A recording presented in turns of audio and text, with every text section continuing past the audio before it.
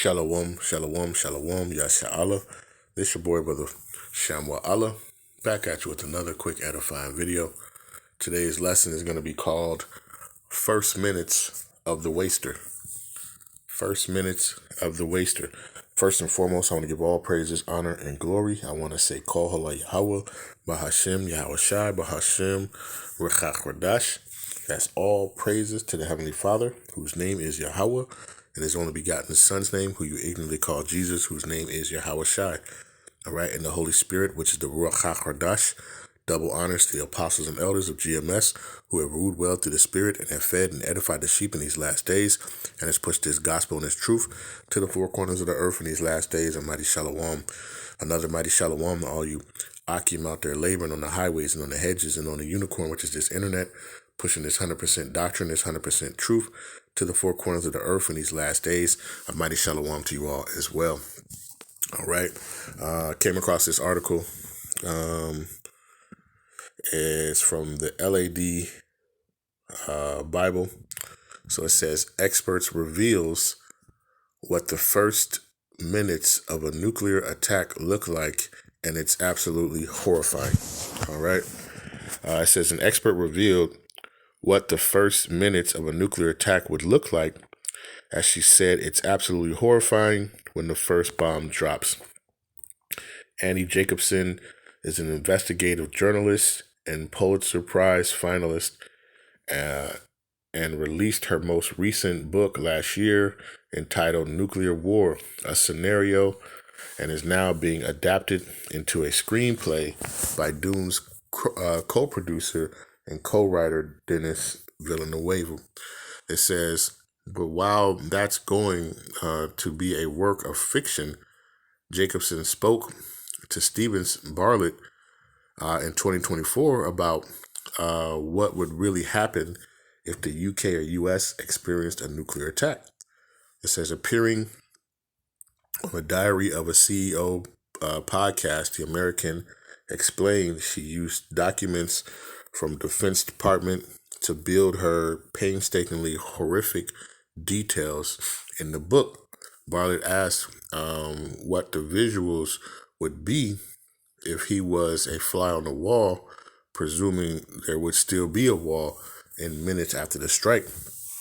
Jacobson explained that in her book, in a 1 megaton thermonuclear bomb that strikes the Pentagon, which would do horrifying things to humans, it says, but on the top of the initial flash of the thermonuclear light, which is about 180 million degrees, which catches everything on fire in a 9-mile diameter radius, she said, on top of the bulldozing effect of the wind and all the buildings coming down and more fires igniting more fires. It says, on top of the radiation poisoning people to death in minutes and hours and days and weeks, if they happen to have survived. On top of all that, each one of these fires create a mega fire. Jacobson said this mega fire is 100 or more square miles, and so essentially what the fly on the wall would see is a place becoming a conflagration of fire. It's a lot here. I just want to look that up.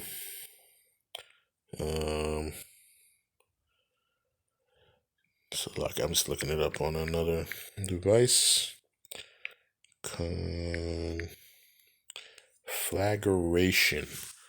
It says an extensive fire which destroys a great deal of land or property. Okay, so that's what that means.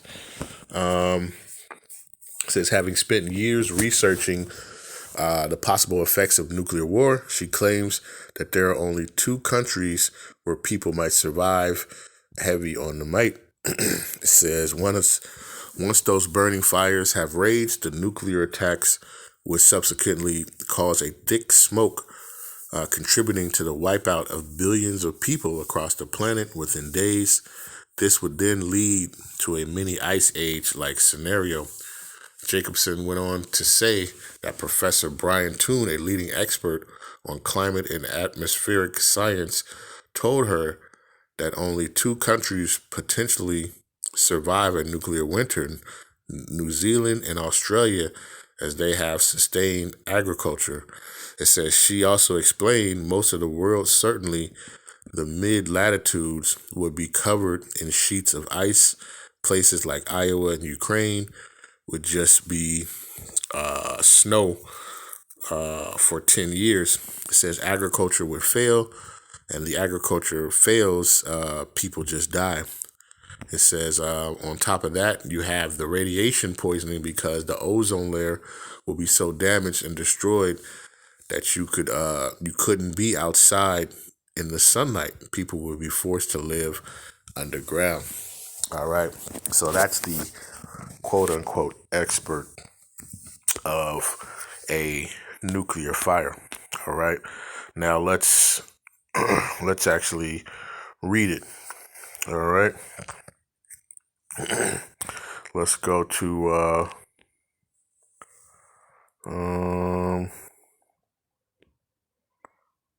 let's see. Let's go here. Let's start at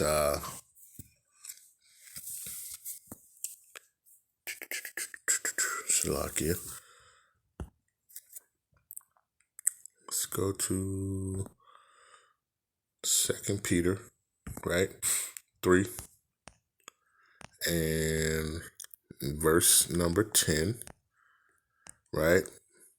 It says, but the day of Yahawah Bahasham Yahawashi will come as a thief in the night, in which the heavens shall pass away with a great noise. All right, that noise is the sound of those ICBM missiles, the warheads hitting the earth. All right, coming down out of space, out of the heaven, and hitting in the earth. Okay, it says shall pass away with a great noise. It says, and the elements shall melt with fervent heat. The earth also and the works that are in shall be burned up. Okay, and we know the whole earth is not going to, be on fire. All right, mainly it's going to be Babylon and Israel, right? But unlike Israel is going to be built back up, but Babylon is going to be completely destroyed. All right, and that let me see. If we go to Isaiah 24.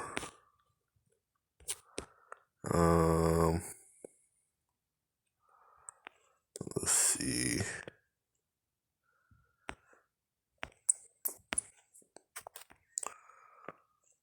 Let's see. Slovakia. Here we go. This is Isaiah chapter 24, and I'll just get to the point. Start at verse 19, Salakia. Isaiah chapter 24, verse 19, it says, the earth is utterly broken down. The earth is clean dissolved. The earth is moved exceedingly. The earth shall reel to and fro like a drunkard. It shall be removed like a cottage, and the transgression thereof shall be heavy upon it, and it shall fall and not rise again. All right. So it says in the NOT, the earth is broken up and is utterly collapsed. It is violently shaken. How is it shaken? Through the impact of those missiles. Okay. The impact of those missiles, hitting the earth and hitting, Babylon, right? The arrows are going to be shot from the ends of the earth, right? From these other nations. Like the scriptures tell you in the book of Jeremiah, right? 50 and 51, that they're going to shoot their arrows. Those arrows are talking about those missiles. All right. And when those missiles hit the earth again, when they hit Babylon, right, it's going to rock the earth. That's how violent it's going to be. Right. It says the earth staggers like a drunk. It trembles like a tent in a storm. It falls and will not rise, for the guilt of its rebellion is heavy. Okay. Now, let's see. We go to the book of Revelation, 6, right, where it talks about, it's going to be, when you saw the picture of the nuclear bomb, you see how when the impact, and then it goes up and it rolls into itself. All right. And that's talked about. This is Revelation chapter 6 and verse 14. It says, "And the heaven departed as a scroll when it is rolled together, and every mountain and island were moved out of its place." How were they moved? By these thermonuclear weapons, by these weapons. All right. By what is the weapon? The book of Isaiah talks about it. Isaiah 54 and verse number 16. It says, "Behold, I have created the smith that bloweth the coals in the fire, and that bringeth forth an instrument for his work. And I have created the waster to destroy." All right. The NLT says, "I have created the blacksmith who fans the coals beneath the forge and make the weapons of destruction. I have created the armies that destroy." Those armies are those ICBM missiles. Okay. The Lord has created those blacksmiths. Those blacksmiths are those nuclear scientists who've created these weapons of destruction. Yahawashi put that in their heart or in their mind to make these things, right? To make this waster. And this waster is going to be used in the day of Yahawashi. Okay. Now, when you see when those things hit, right? They're gonna hit, and they're gonna violently shake the earth. All right. When we go to the book of Malachi, right? Malachi chapter 4 and verse number 1, right? It says, final admonition. It says the coming of the day of judgment, right? So the KJV says, "For behold, the day cometh that shall burn as an oven," right? And she said it was like the initial flash is like 180 million degrees, right? So it says, "For behold, the day cometh that shall burn as an oven, and all the proud, yea, all that do wickedly, shall be stubble. And the day that cometh shall burn them up, saith Yahawah of hosts, that it shall leave them neither root nor branch." Okay. The NLT says, Yahawah of heaven's army says, "The day of judgment is coming, burning like a furnace. On that day, the arrogant and the wicked will be burned up like straw. They will be consumed, roots, branches, and all." All right, let's hear more about that. Zechariah chapter 14 and verse number 12. And it reads, it says, "And this shall be the plague wherewith Yahawah will smite all the people that have fought against Jerusalem." It says, "Their flesh shall consume away while they stand upon their feet." It says, "And their eyes shall consume away in their holes, and their tongue shall consume away in their mouth." Okay. And that's because of what? Malachi 4 and 1. It's going to be like an oven. All right. A huge oven, right? Melting people's flesh off. All right. That's what the waster is created for, right? 2 Peter 3 and 10, right? It says, "It shall melt the elements." Everything is made of elements. When you look at the element table, everything is made of an element. "The elements shall melt with a fervent heat." Okay. Let's go to what is that? Isaiah 14 and verse number 23. Okay. Right. So, like I said, when those missiles hit, it's gonna shake the earth, right? And as they hit and they impact, right, you see it says the scroll. It's like a scroll rolled up. Okay. It's a scroll rolled up. When you see that mushroom cloud, basically, is what it's talking about. Okay. and it's gonna burn like an oven, right? And it's gonna be melting the flesh and everything else off of people, right? Their tongues, their eyes are gonna consume, right, with that fire out of their body. Okay, that's how hot this heat is gonna be. Okay. It says Isaiah 14:23. It says, "I will also make it a possession for the bittern." It says, "The pool and pools of water, and I will sweep it with the besom of destruction," saith Yahawah Bahasham of hosts. All right, so she was talking about how, the impact is going to stretch like, 90 mile or 9 miles. All right, and it's going to basically tear down buildings, okay, in a sweeping motion, right? That's what this is talking about, right? It says, I will sweep it with the besom of destruction, saith Yahawah Bahasham of hosts. The NLT says, "I will make Babylon a desolate place of owls." Babylon, we know, this is talking about here in America, okay? Modern day Babylon, modern day Egypt, right? It says, "I will make Babylon a desolate place of owls, filled with swamps and marshes. I will sweep the land with the broom of destruction." What's that broom of destruction? The waster that we just talked about in Isaiah 54:16. Okay, it says, "I, Yahawah Bahasham Shai of heaven's army, have spoken it." Okay, so this waster, right, which are these icy beam missiles, right, which in the scriptures they talk about a sword or arrows. All right, when these things hit the earth, right, when they hit Babylon, they're going to shake the whole earth. Right? And that impact is going to create those mushroom clouds. Those mushroom clouds are going to be fervent heat, right? With the fire, it's going to melt, right? Everything in its path, all right, including anyone who is going to be left down in here. That's why you have to be, taken out of this place, Babylon, because you're going to be utterly destroyed. All right, John the Revelator saw this.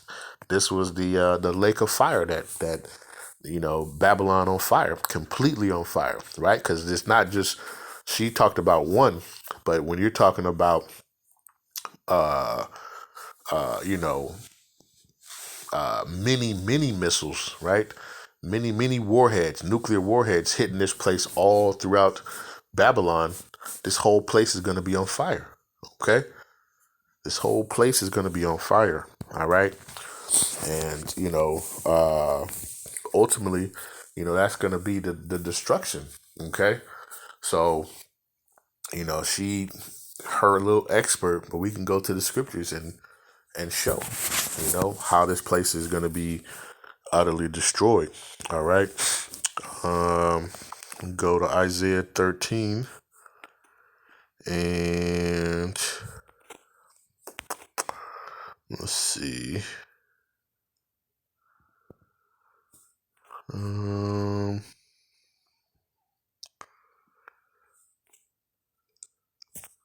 Let's go to verse number 6, right? Isaiah chapter 13, verse 6. It says, "How ye, for the day of Yahawah Bahasham Shai is at hand, and it shall come as a destruction from the Almighty." It says, "Therefore shall all the hands be faint, and every man's heart shall melt."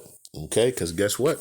These missiles, can reach across the globe, right? When you're thinking about like Russia, right, which is Gog, right? When you see that when they shoot these missiles, they have missiles that can reach America in 30 minutes. Okay, and the scriptures tell you in Revelation 18, in 1 hour, this place Babylon is going to be destroyed in 1 hour.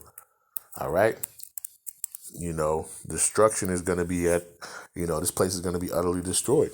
It says, "Therefore shall the hands be faint, and every man's heart shall melt, and they shall be afraid. Pangs and sorrow shall take hold of them. They shall be in pain as a woman that travaileth.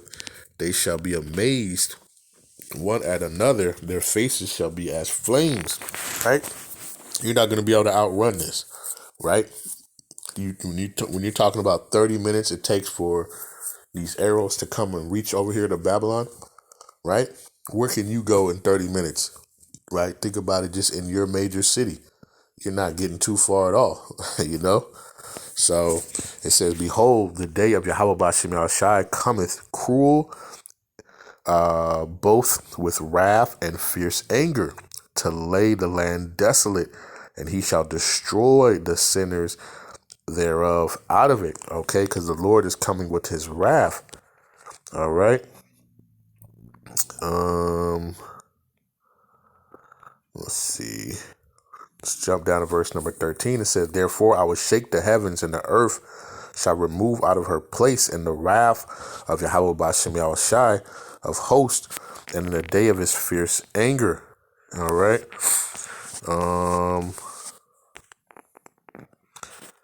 That wrath. Let's see that wrath. Let's go to the book of Revelation 14. All right. You know, one of the reasons, you know, this place, you know, especially here in Babylon, right? The scriptures tell you in Zephaniah 13 that two parts therein shall be cut off and die, right? Two-thirds of our people, so-called blacks, Hispanics, and Native Americans, and you the diaspora who are here in Babylon, they're going to be destroyed here in Babylon, right? Because guess what? You're going to be following the ways, you know, of Babylon. You're going to be worshiping the beast. You're going to be doing it, and you're ultimately going to be taking this MOTB, right? Revelation 13 and 16. All right. So this is Revelation chapter 14, verse 9. It says, and the third angel followed them, saying with a loud voice, if any man worship the beast in his image and receive his mark in his forehead or in his hand, the same shall drink of the wine of the wrath of the Most High, which is poured out without mixture into the cup of his indignation, and he shall be tormented with fire and brimstone in the presence of the holy angels and in the presence of the Lamb. Because remember, Yahawashi is also going to be here. All right. When those missiles are shot off, Yahawashi is going to be there. Because guess what? He's going to be gathering his elect right before those missiles hit this place. He's going to be gathering the elect into what? Into those chambers, into those chariots. All right. To get them out of danger's way. Right. Because it said the righteous shall be scarcely saved. All right. So that same time, Yahawashi, the angels are going to be gathering the elect from the four corners of the earth, from here in Babylon, beaming them out of this place, while destruction is going to happen. Okay, destruction is going to happen. All right, and then also Yahawashi and the chariots, they're also going to be bringing destruction upon this place. Right, when you read the book of 2 Esdras 13, all right, they're going to be tearing stuff up. Okay. So she's talking about, you know, days and weeks. Nope. You know, the chariots of Yahawah Bahasham are going to be here, making sure that this place is utterly destroyed. All right. Within an hour. All right. As it was spoken. Okay. Ain't going to be no lingering around. You know, you got somebody trying to crawl or nope. You're going to be done. All right. That's why I said the slain of Yahawah Bahasham shall be many. Right. Isaiah 66 and verse 15. Okay, so these are I just read these scriptures to show you these moments, you know, of when the waster, right, or these nuclear weapons, are what's going to happen.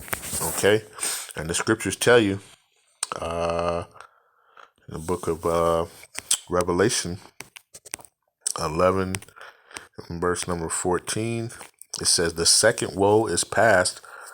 Behold, the third woe cometh quickly, right? And that woe, those woes are talking about world wars, all right? So the second world war has passed, and behold, the third world woe cometh quickly, okay? But we know that those missiles, right, they're not going to be flying, and it's not going to be all, you know, hands on deck until after the MOTB is pushed, okay? So we know that the MOTB, Revelation 13:16, must be, you know, implemented before the destruction comes, right? Because it says those who took the MOTB and worship the beast, those are going to be tormented with that fire. That fire is talking about those missiles. Okay, so we know that that's got to take place. All right. It says, and he causeth all, this is Revelation 13:16, just bringing it out, 16 and 17. And he causeth all, both small and great, rich and poor, free and bond, to receive a mark, right? Karagma, right? Which is a physical incision, which is that micro C-hip that they want to implant into every person, all right? To receive the mark in their right hand or in their foreheads, and that no man might buy or sell save he that had the mark or the name of the beast or the number of his name. Okay? And all this is going to be synonymous or what's going to be happening, man. Okay? So, she said she was an expert, but we can go to the scriptures and gather the details about what's truly going to happen. Okay? Not scenarios. That this is really what's going to happen. This is what's written. This is what's prophesied. All right. So I just want to do that quick lesson. Lord's will, this was edifying. With that, I want to give all praises, honor, and glory. I want to say, Kol Halal Yahawah, Bahasham, Yahawashi, Bahasham, Rawchaa, Qadash. Right. Peace and blessings to the elect of the 12 tribes scattered abroad. A mighty shalom to the 144,000 men.